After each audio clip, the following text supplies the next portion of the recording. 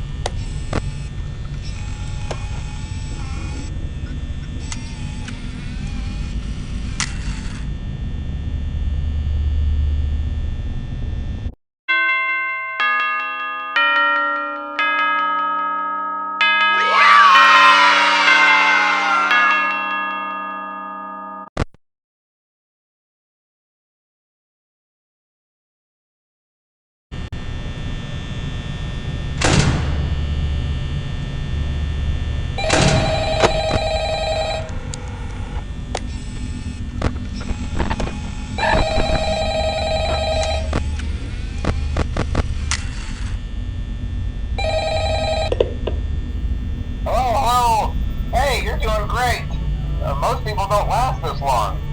I mean, you know, they usually move on to other things by now. I'm not implying that they died. That's not what I meant. Anyway, I better not take up too much of your time. Things start getting real tonight. Hey, listen, I had an idea. If you happen to get caught and want to avoid getting stuffed into a Freddy suit, try playing dead. You know, go limp. Then there's a chance that maybe they'll think that you're an empty costume instead.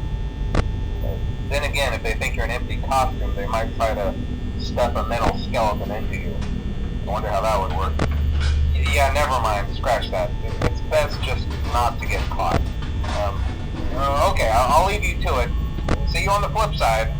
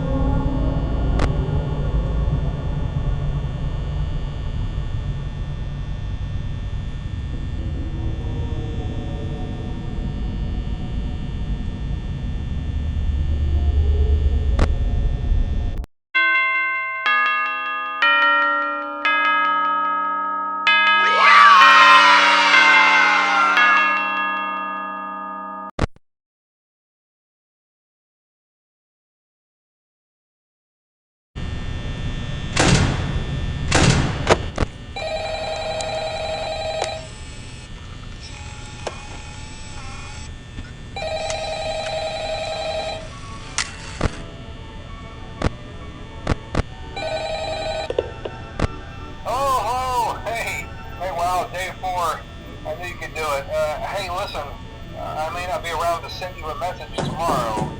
It's been a bad night here for me. I'm kind of glad that I recorded my messages for you when I did. Hey, do me a favor. Maybe sometime you can check inside those suits in the back room.